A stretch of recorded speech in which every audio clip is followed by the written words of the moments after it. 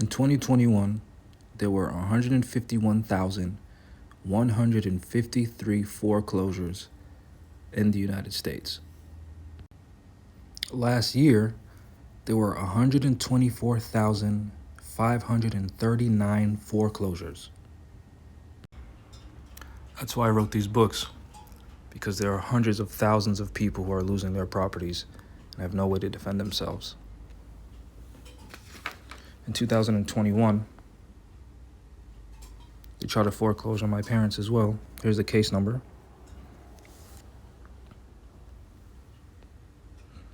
And we used all the information that I provided in my books and on my website to get the results.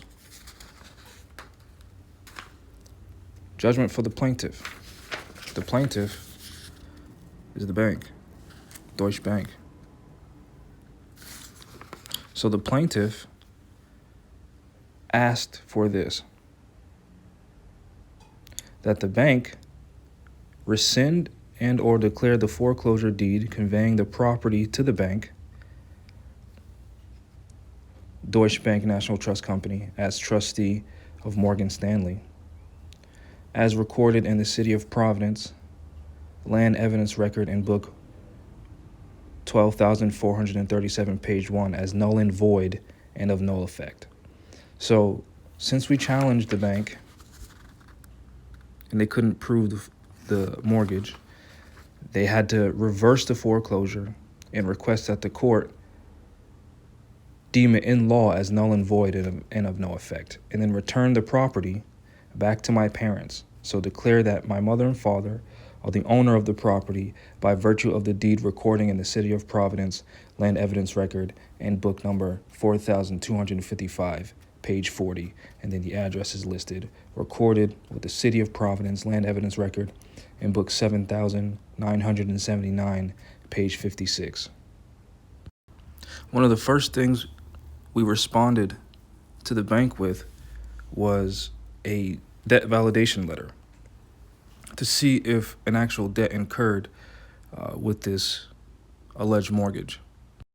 So with a mortgage and promissory note, normally a promissory note is given to a lender contemporaneously with the borrower's receipt of the face of the amount of the note.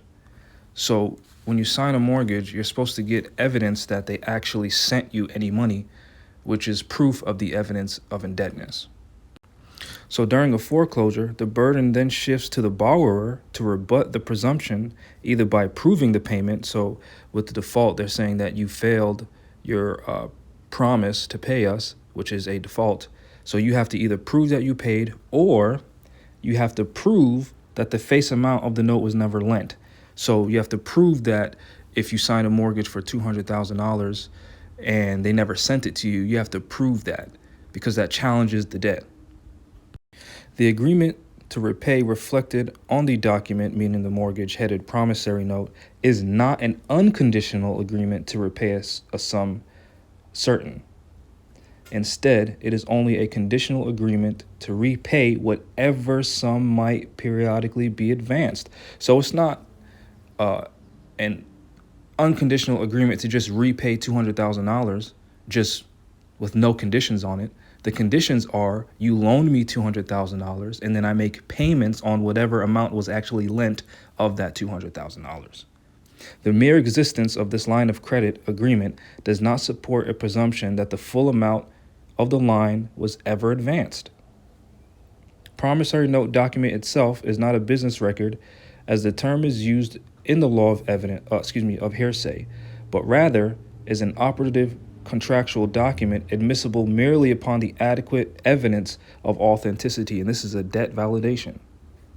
The promissory note in isolation did not show what amounts were advanced pursuant to the line of credit, what amounts were repaid, when, what interest had occurred, etc. So when you realize that you're supposed to have proof that the bank actually lent you money so that way you can purchase a home, because the fact that you're inside of a home is not proof that they loaned you anything. It's proof that you're inside of a building, right? We see that the mortgage, if they do not lend you money, is promissory fraud. So a promise of future conduct is actionable as fraud only if made with a present intent to perform. A declaration of intent, although in the nature of a promise made in good faith, without intention to deceive, and in the honest expectation that it will be fulfilled, even though it is not carried out, does not constitute fraud. Moreover, something more than non-performance is required to prove the defendant's intent not to perform his promise. So here's the elements of fraud. A promise made without any intention of performing it,